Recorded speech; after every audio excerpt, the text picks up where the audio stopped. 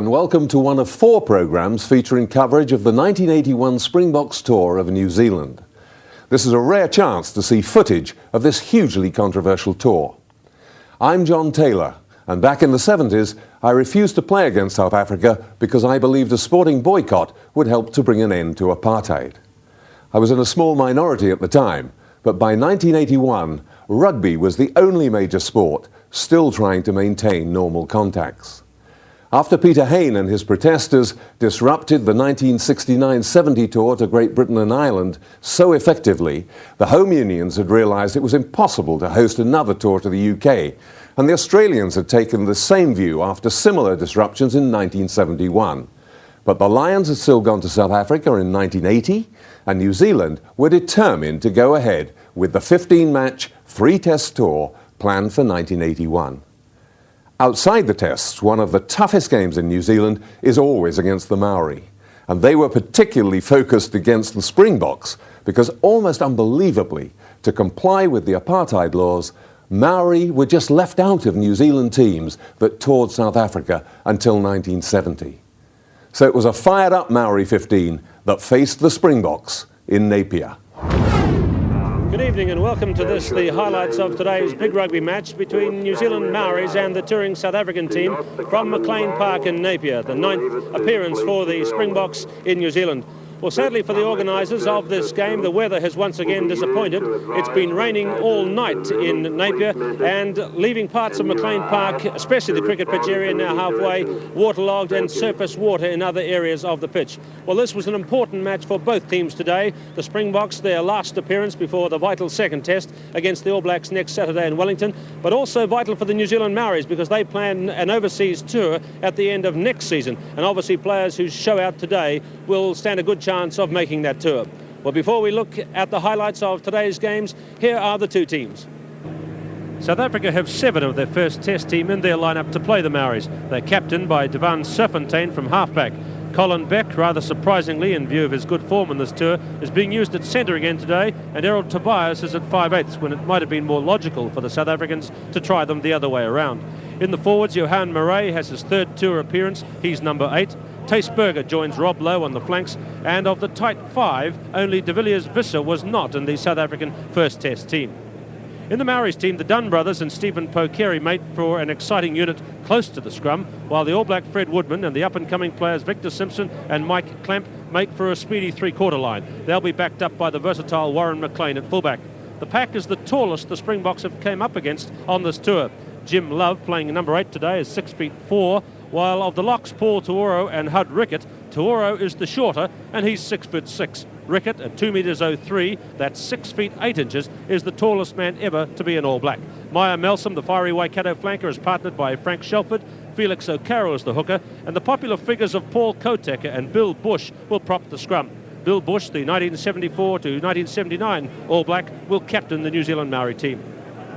The complete Maori squad took the field before the game, and the proceedings began with the traditional Maori haka.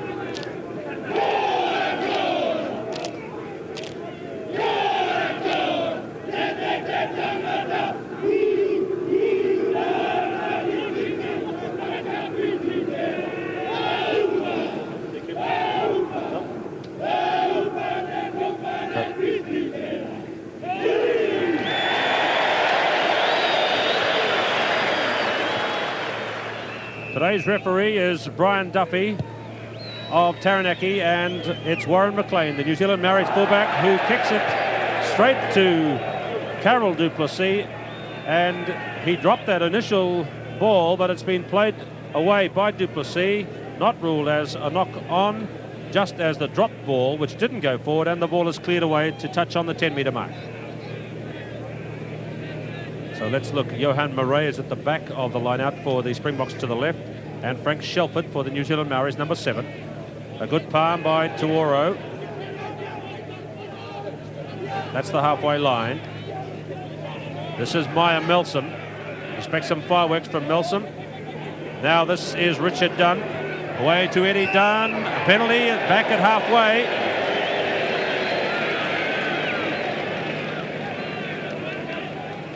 Played away between the Dunn brothers to Stephen Pokeri from Southend. A long skidding kick across the slippery grass. And that's a good position and first handling of the ball for the brilliant Southlander, Stephen Pokeri. And the thrower in will be Robert Cockrell, just outside the 22. It's Cockrell with a big bandage on the right knee and a good jump by Henny Becker. That's the 22 behind. The Maori team have come onto the field really fired up for this match. Richard Dunn to Eddie. Errol Tobias going back. Eunice has dropped it, and that's Pokeri, handy enough. Right by the line. Eunice, number 15. The Maoris really got into that. And my word, Graham Thorne, some dicey handling by the Springboks. Well, there was a lot of pressure on Tobias as he went back there. But then Eunice made a mess of that completely. The ball's not going to be easy to handle today. It's going to be very slippery. So Richard Dunn, number 9 there. The New Zealand Maori backs set up perhaps for a drop kick. Another collapse. The scrum is right near that post. And it could be making it difficult for the Springboks to actually pack down here.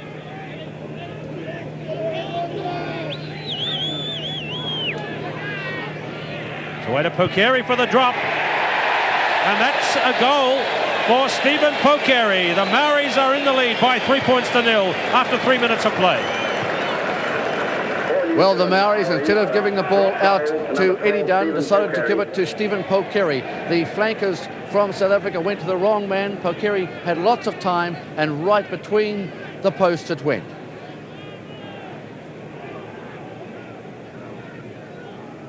There's going to be a lot of collapsing of the scrum because the hooker knows that he can't go down. If the scrum's not right, he's not going to stay there. He and the halfback have to be together. One against the head for Felix O'Carroll. Pokeri left out. This is Victor Simpson at the 22. Infield of Frank Shelford. Great excitement here at McLean Park.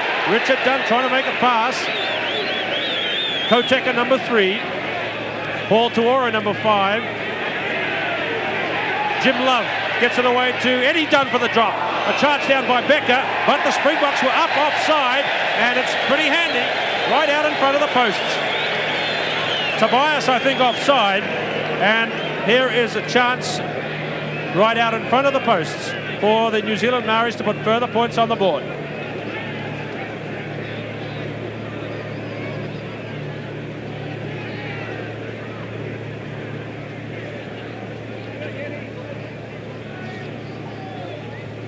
Well, Victor Simpson had a very good game in the Inter-Island match, and there you can see the strength of that man. He forced his way through and set up a very good ruck for the Maoris, and then from that ruck they got the penalty right in front for Dunn, a chance to get 3 more points.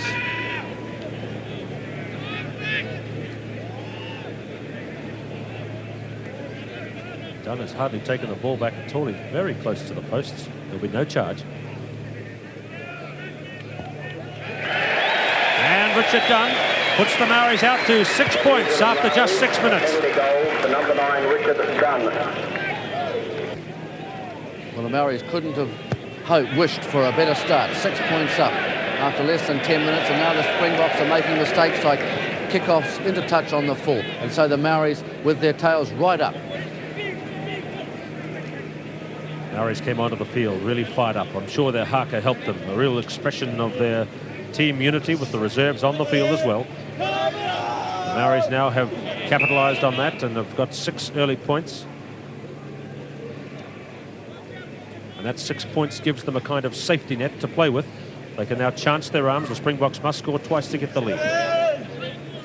There's an awful lot of pulling at the front row. Remember, the loose head, his job was to hold the scrum up, and the tight head will try to pull down to obstruct the opposition hooker's view.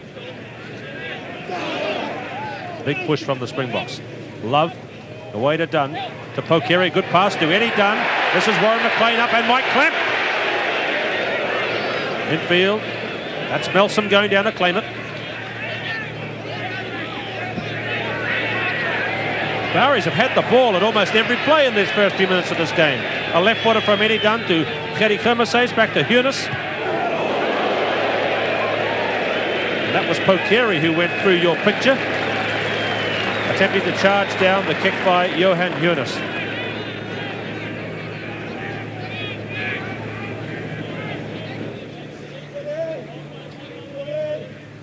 Minutes gone in the match. Richard Dunn, Eddie Dunn, Pokeri left out. This is Victor Simpson, and has been playing on the wing for Canterbury and the South Island. Good run, got through a lot of would-be tacklers. Richard Dunn. Oh, Cockrell looked way offside. The kick going out towards the wing, and fullback Warren McLean up. And I think the referee might have played advantage for some South Africans being offside, and that was good refereeing by Brian Duffy. Well, he could have penalised the Springboks for being offside. It would have been a kick of nearly 50 metres, so he then realised that perhaps a line out 12 metres from the Springbok line would be a better advantage for Green. Cockrell throwing in defence. O'Carroll, Richard Dunn, Eddie Dunn, Pokeri, a good pass again, Simpson. This is Colin Beck, number 13. He's sneaked it off Victor Simpson, and that's the 22-metre line.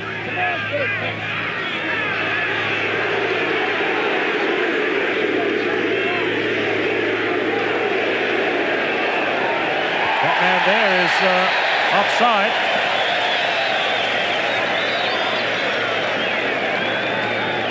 And it was Henning van Aswegen. And into the post. 12 minutes gone. Second attempted goal today for the Maoris halfback, Richard Dunn.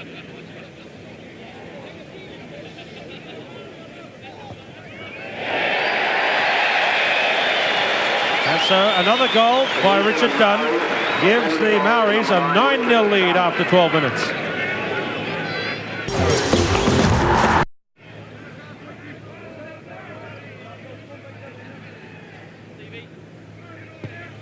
So Eddie Dunn kicks. Tawara going high, bouncing on the hands to Paul Koteka. Paul Koteka, no doubt extremely disappointed that he didn't get a run against the Springboks for his province, Waikato. But Nelson, Koteka, really making the most of it in that Waikato pack today. 20 minutes gone, first half. Away to Tobias, to Beck. A low rubber kick, taken by McLean. Low gets him. McLean gets his kick away. But it's out on the full. Warren McLean is one of these players who can do anything. In fact, being a jack of all trades has not really helped his football career, because he seems to be slotted in where there's a gap.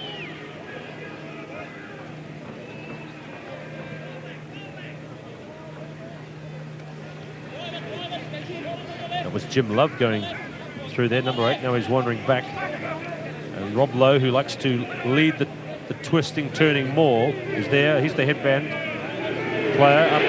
Now he's pushing the Springboks back.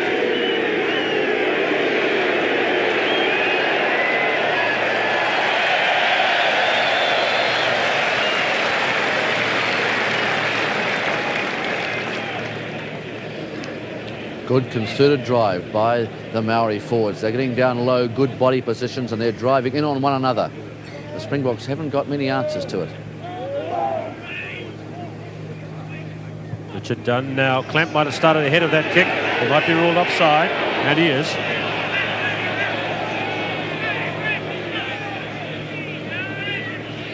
That's Mike Clamp, who quite clearly started ahead of that kick through and was ruled quite rightly offside.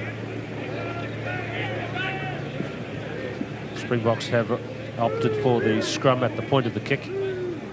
Sefontaine off to Murray. Ball is lost but regained again by Murray, but still a knock-on. Lots of fire in the Maori loose forward trio: Frank Shelford, Maya Melsom and Jim Love.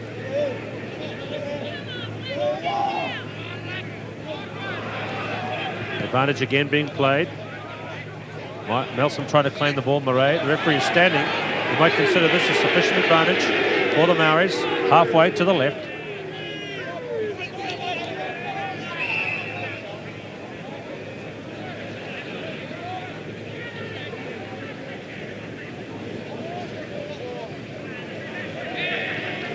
It probably was an advantage because the Maoris have got the scrum put in where it would have gone into touch from a kick, and the Springboks would have fed the line out.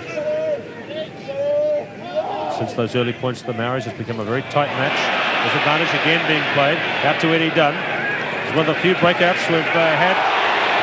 Woodman, now that was interesting. Woodman caught by Serpentine. The kick is chipped into the centre. Pokari again. Kermasace back, touching down. 5 metre scrum. Let's go right back and think about that kick through. You think it took the man's hand and went forward, Graham Thorne?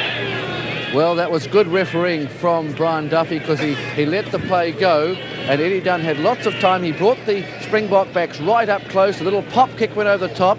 It was taken by Border, but he knocked it straight into the hands of Fred Woodman, who was away down the left-hand touchline. He could see that the fullback was coming across, so he put the kick into the centre, and Polkeri, who was very quick, got up to kick the ball out of Eunice's arms, but then Kermakase was across from his wing to force the ball down, and so the 5-yard scrum because he took it over the line.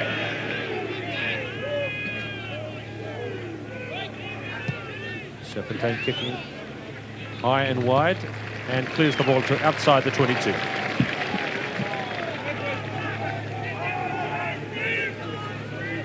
So there's Big Henny Becker. Now he's leading by 9-0. No tries yet in the game. 25 minutes gone, first half.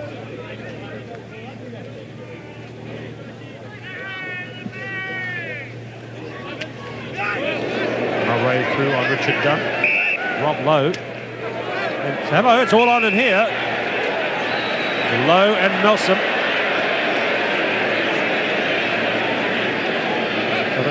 Rob Lowe was speaking to the referee before actually the whistle went there. And it looks like number 7, Tace Berger, might have been on the receiving end. And there's the man they took exception to, Maya Melson. Well, there was a little bit of how's your father down the end of the line out between Berger and Love. And I think Rob Lowe took exception to that. And then it started further up the field. O'Carroll floating it in. Becker taps. 17. Tobias. Beck. Pekari's tackle is good. Shelford over the top. Springboks have winning the ruck. Tobias to Cockrell, waiting out in the centres. Eunice, that's the goal line ahead. Rob Lowe claims it again. Now the setup. This is the third one the Springboks have won. Serpentine. Tobias. An intercept by Clapp from Duplessis' tackle. Pass. Clamp keeping it going. It's 4-2 for South Africans there. Tobias bustled by Clamp. Kermasace also caught by Mike Clamp.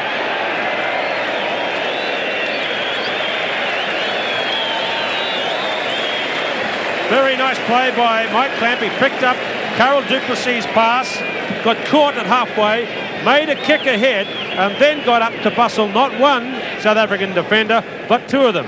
Great play by the Petone and Wellington winger, Mike Clamp. That's Hudrick at number 4. Jumping well.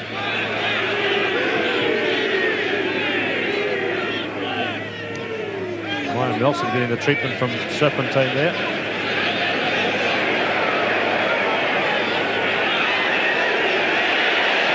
Jim Love arriving time to ruck it, and that's one thing the Maoris are good at. Keeping it going, driving hard, in low. We've got two very big locks, Rickett and Tuoro, and a sturdy front row of Bush, Koteka and O'Carroll. Kermasace. Ball is out on the far side. Well, Gerrie Kermasace needs this game today to force his way into the second test team as being the highest try scorer in South African test history, but he hasn't played well on this tour.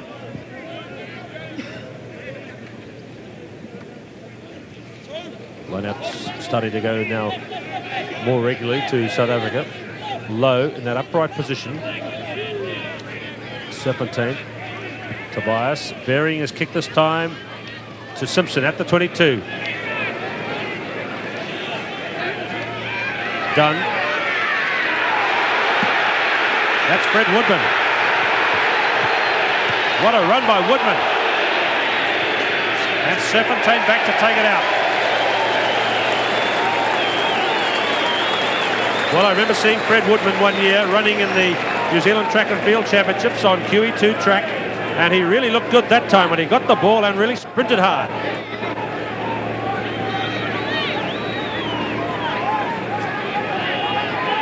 So that fine run by Fred Woodman puts the Maoris back on attack.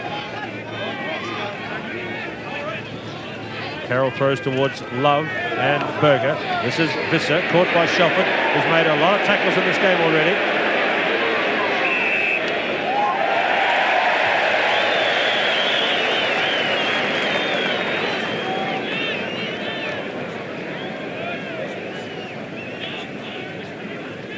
Once again, the Maoris ball driving forward in a good position. They've got both sides of the field to work with. Eddie Dunn, a short pass from his brother. Back inside the clamp. Richard Dunn through. Eddie Dunn, what a good move. Again, Richard Dunn. And in the corner. The Maoris having a lot of tricks up their sleeves. And my word, that was a bit reminiscent of the Going brothers. Well, it was definitely the going move where the halfback runs and does the scissors, and then the ball goes with another scissors out the other way, and that could have been a try so easily in the corner. That's the corner flag there, taken down by the South Africans. They have a defensive penalty here. 5 minutes of running time to go till half time. There may be a few more for injuries. A few more minutes, and Hunis to relieve the pressure here.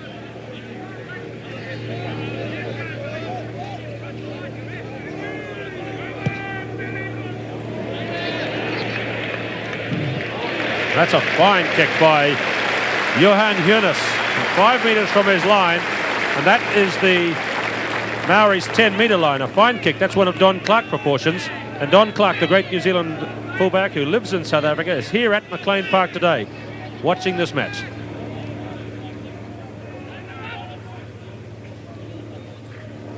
So Carroll throwing, it's again to Becker. Here's Tobias, he's in trouble. Halfway, Shelford onto him. Serpentine.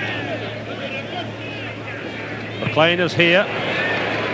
Right, a good kick by Devan Serpentine. Good covering up by Serpentine, because Tobias was in all sorts of trouble. He had to go and make amends for himself. He threw the ball to Serpentine. That was a good kick and got them out of a lot of trouble.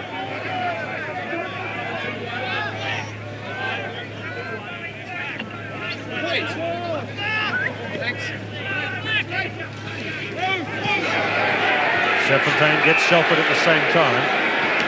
And Shelford hasn't heard the whistle. Oh my word. A nice touch there from Frank Shelford to wink at Darius Butta, the man he hit really hard as he came through. And just showing there's a human touch to these fired up Maori forwards. Leading by 9 points to 0 with 4 minutes to go till half time. Here's Botha again. Bounces away from Nelson that time. Big Tonk Tuoro.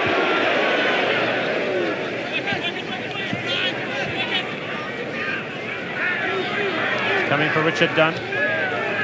Eddie Dunn, low and flat for Woodman, his North Auckland teammate. O'Carroll throws. Coming up to half-time. Maoris lead 9-0. That's Berger kicking it ahead. Good take by McLean. Clamp. Getting away from Narsbergen.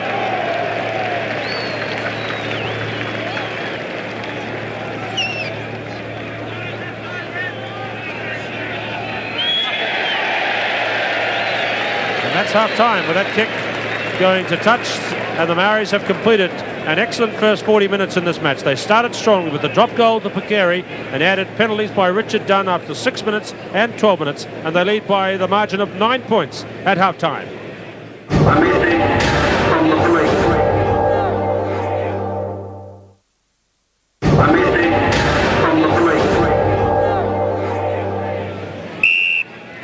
Back at McLean Park in Napier, Johan Hurnes begins the second half of this match between the New Zealand Maoris and South Africa, and the Maoris are asked for their choice at that kick-off.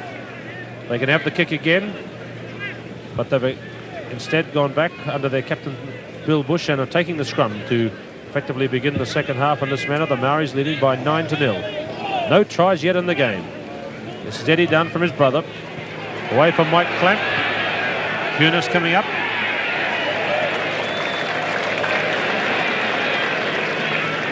I think one of the interesting things of the second half for Graham Thorne will be whether the Maoris can keep it up, keep their fitness up. They certainly came into the match very hot and strong, didn't they? But they seem to fade towards the end of the first 40 minutes. It's Felix O'Carroll, who's probably in the team only because of the injury to Hicka Reid. Richard Dunn off to Shelford. A good little pass to Frank Shelford. Beats Hermes' tackle, lobs the ball in field to Paul Koteka. Bill Bush is there and Hermes puts it out. Well, Frank Shelford is turning into one of the players of this match. But what a good pass in close by Richard Dunn to set him on that excellent run down to the corner.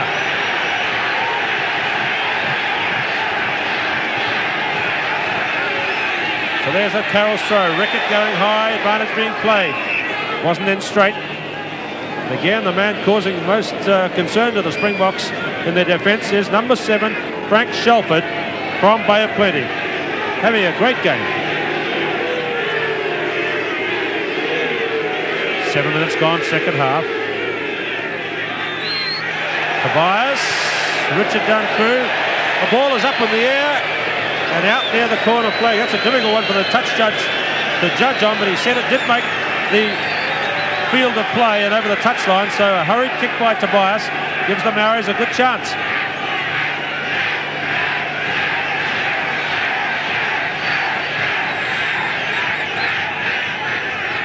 The Carroll throws. Taken by Becker.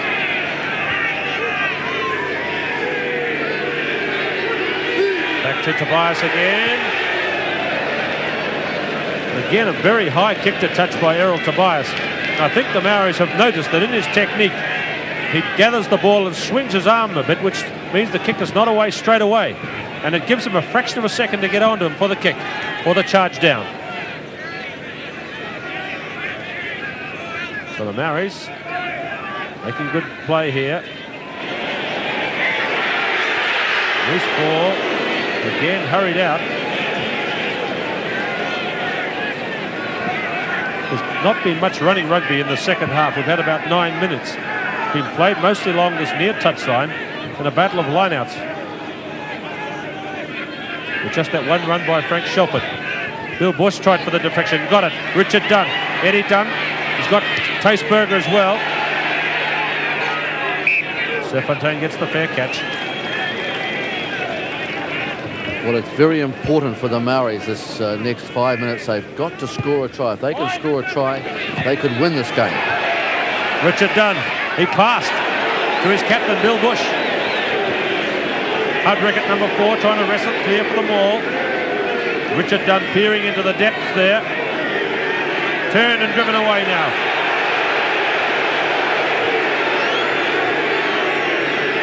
Serfontaine, Tobias. And that's a better clearance by Errol Tobias. I think equally as important it is to the Springboks, because they have to get over this Maori attack and get back into the Maori half and score some points. 9 points down. They've got the job ahead of them. Orange. 761 orange. Live it. It's often been an old rugby theory that the first team to score after half-time will win a match. Good apply in this one. 9-0 the Maoris lead. Tobias has juggled it well, but did knock it on.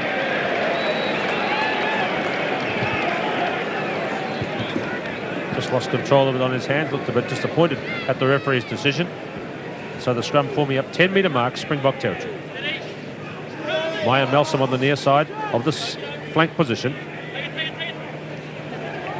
Serfontaine.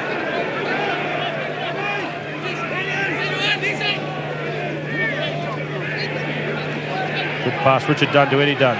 To Simpson. A dipping pass there to Woodman on the left wing. Victor Simpson with the ball again. He's getting well screwed by Colin Beck, but the Maoris have a penalty.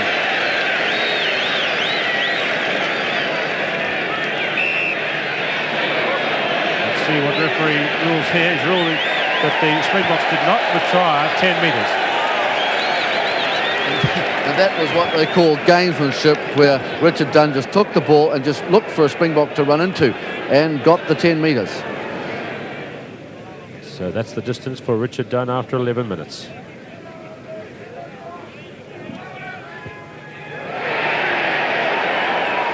Oh, fine kick, but it just dropped under the bar. Serfontaine slipped. He got his kick away. It's coming down midfield. Paul Kotek is under it. Taken by Visser, strong charge. Berger diving in over the top. It's there for Richard Dunn. Away to Eddie Dunn. Chipping through for the corner flag. Across comes Hurnes. Some bruising, physical play there from both teams. And an excellent kick by Richard Dunn, just coming down under the bar. Serfontaine slipping, and then it all happened to put the Maoris now 18 metres from the Springbok line. Richard Dunn to Oro.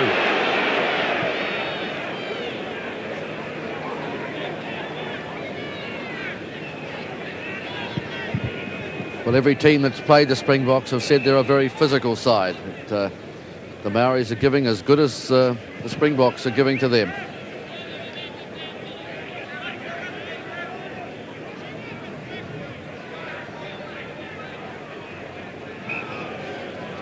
Just a stoppage there. Someone took a breather. Serfontaine in defence. And Carroll got those two early tight hits. Warren McLean building it up from the back. Loose ball, it rolled the Maoris' way, but Serfontaine has it. Love almost got an intercept. Tobias caught by Maya Melson.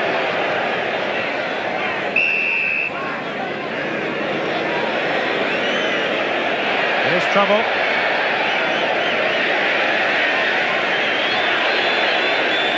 And that is Melson and Berger, and though they had that tussle in the first half,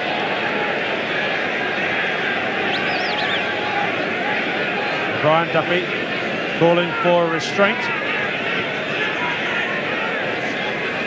The Springboks are feeling the pressure, no doubt. They haven't scored any points in 55 minutes or so of rugby. Forward pass there from Serfontaine to Carol du Plessis. Forward pass from the scrum.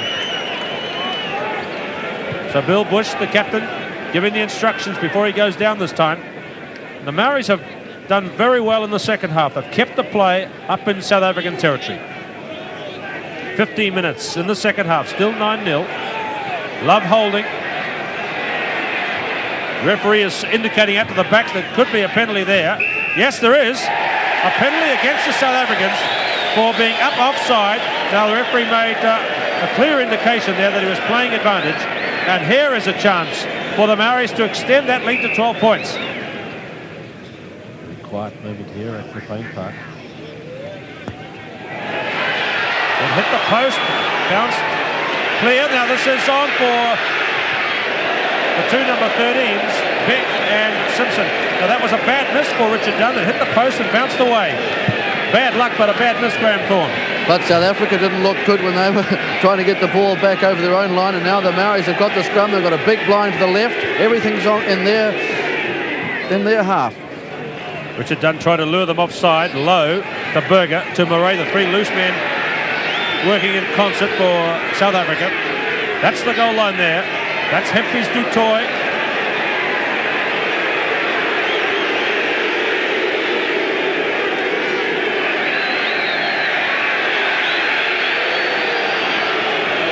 penalty to the South Africans in defence.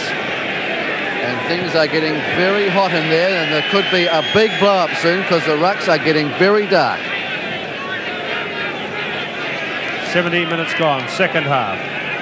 Colin Beck plays it where it lay, kicked it behind Warren McLean, and that's a good healthy clearance of yardage for the South Africans right up to halfway from their centre, Colin Beck. So Carroll to throw at halfway. It's interesting to note the Springboks have put Tobias into centre, playing Beck at fly half at the moment, and that's Beck caught in there by Victor Simpson. Johan Murray.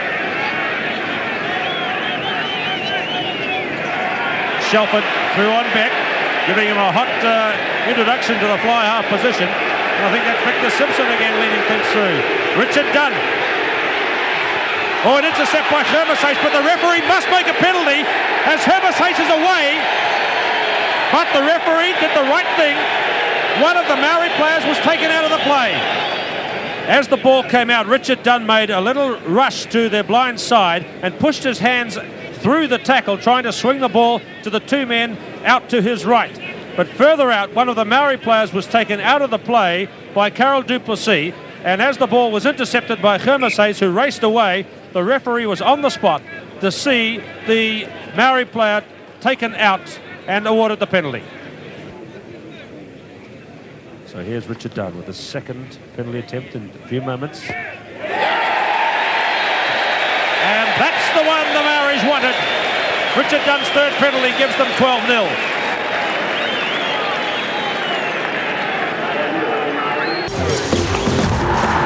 Today's captain of the South African team, Devan Serpentine, the smallest man in their team. Look how he compares with Big Henny Becker, 6 feet 6.5.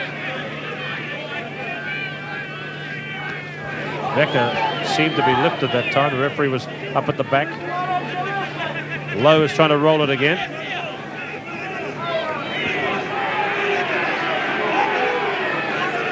Good work by Rob Lowe. Excellent play indeed. Now, Carol Duplessis left out. Simpson, who's tackled magnificently all day, gets Tobias. This is Carol Duplessis to Darius Botha, who's had a walk-on, walk-off part in this match. And there's a penalty to the South Africans for a late tackle. And here could be their chance for points. I think they'll kick for goal here rather than go for the tap. Well, they've got to go for the three-pointer. It's the chances of them getting a try against the Maori defence, I would say, would be almost non-existent.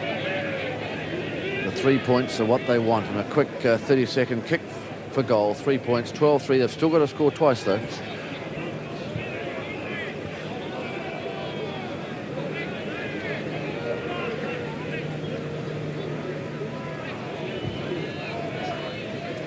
Colin Beck taking the shot at goal. And the South Africans are on the board at last. With 24 minutes gone in the second half, Beck kicks the penalty goal that starts them, but the Maoris still have the lead. That means the South Africans have to score twice more to get to the front. Richard Dunn to Frank Shelford. This got him. Good run though again by Shelford.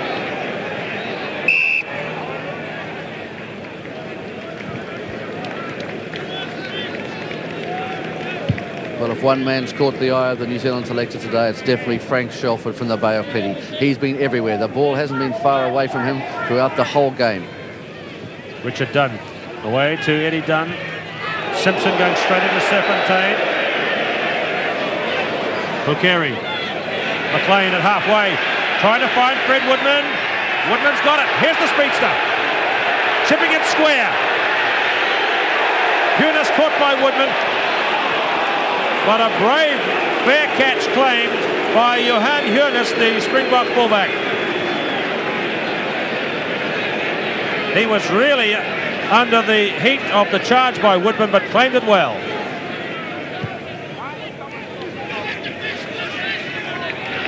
And a good clearance too by Johan Hunis, the South African fullback.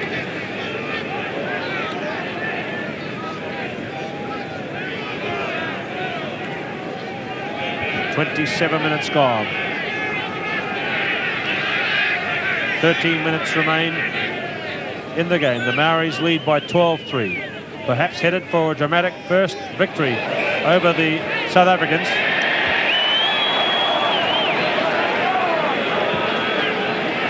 And Brian Duffy, the referee, has penalised the Maoris for lifting there.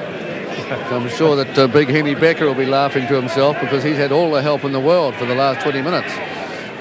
Beck slicing the big wipers kick across towards Clamp. Clamp a little casual, and now the race is on, and Hermesage could make a dramatic try, and he has.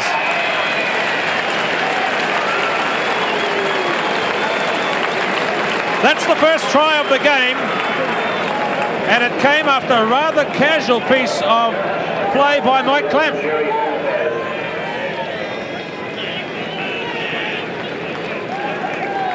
Well, it just goes to show what happens if you take your eye off the ball and you're a bit lazy to get down to the ball. It's a good kick across field, a big wipers by Beck. Hermesage was following up very quickly, and Mike Clamp seemed to have all the time in the world, but he just seemed to take his eye off it. He didn't get to the ball, it bounced a little bit. Hermesage got the boot to it, followed it through, and had all the time in the world. He picked it up well, just short of the line, and dived over for the try that brought the Springboks right back into this game.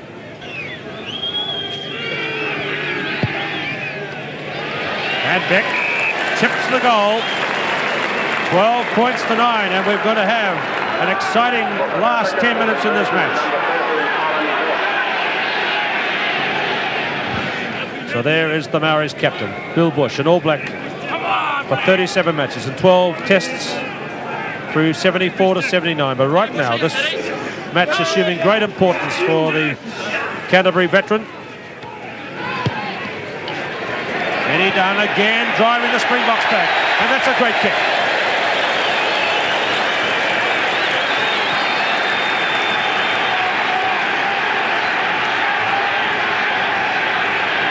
A fine kick by Eddie Dunn puts the Maoris back on attack. Just over 4 minutes to go. Whistle again. Boy, the advantage is being played. Let's see, back. There's a knock on.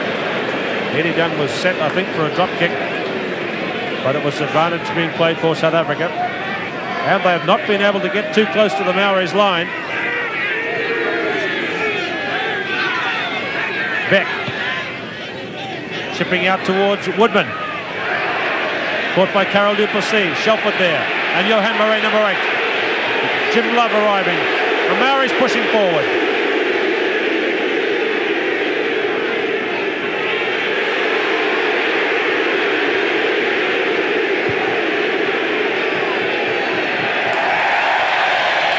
Well, you can see the adulation and admiration that this Maori effort has won from the crowd.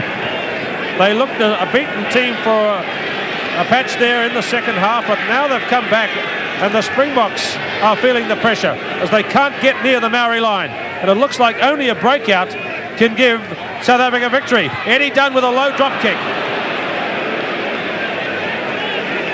Eunice is going to field the ball. No one's going to give it to him. He has to go right back for it himself. Well, the Maoris have done a magnificent job in keeping the Springbok team out, especially when the Springboks were looking so dominant about 10 minutes ago. Beck kicks.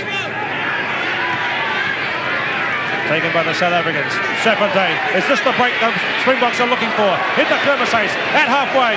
Serfontein. Chases on. Loose ball. A knock on by Kermasace. A knock on by Kermasace. Rob Lowe is looking shocked. The ball was towed through. It just shows you what two players in unison can do. It was only Serfontein and Hermesage, but they took the play right up from inside their own 22, up within the 15-metre line, within 5 or 6 metres from the line. It was from Serfontein to Hermesage, inside again to Serfontein, back out to Hermesage.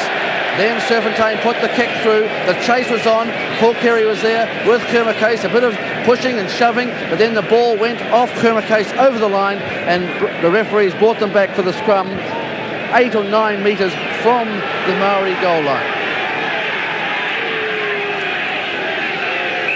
So will this be the scrum where the Springboks can make a try to save the game? Right on the goal line. Serfontaine, the captain, looking for the ball, but a scrum is awarded with the Springboks. They must try for the pushover here. They must go for and use that weight that they've got, advantage per man, setting their grips, getting down low. They must try for a pushover. Now, can the Maoris hold them? Remember, when the ball clears the line, the scrum ceases to exist and anyone can drop on it for the try. Right in the last minute. Maoris have collapsed it, so that prevents the pushover. Away to Beck. Drop goal attempt. He's missed it.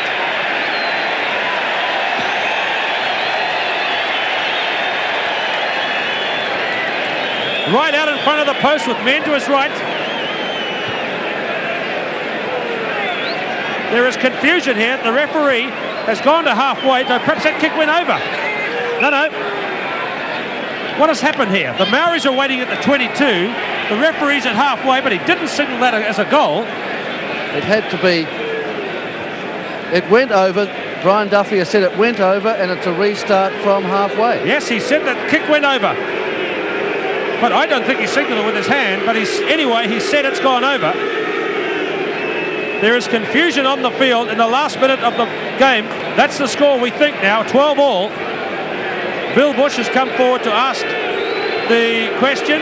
The kick must have gone over because they're restarting with a place kick at halfway.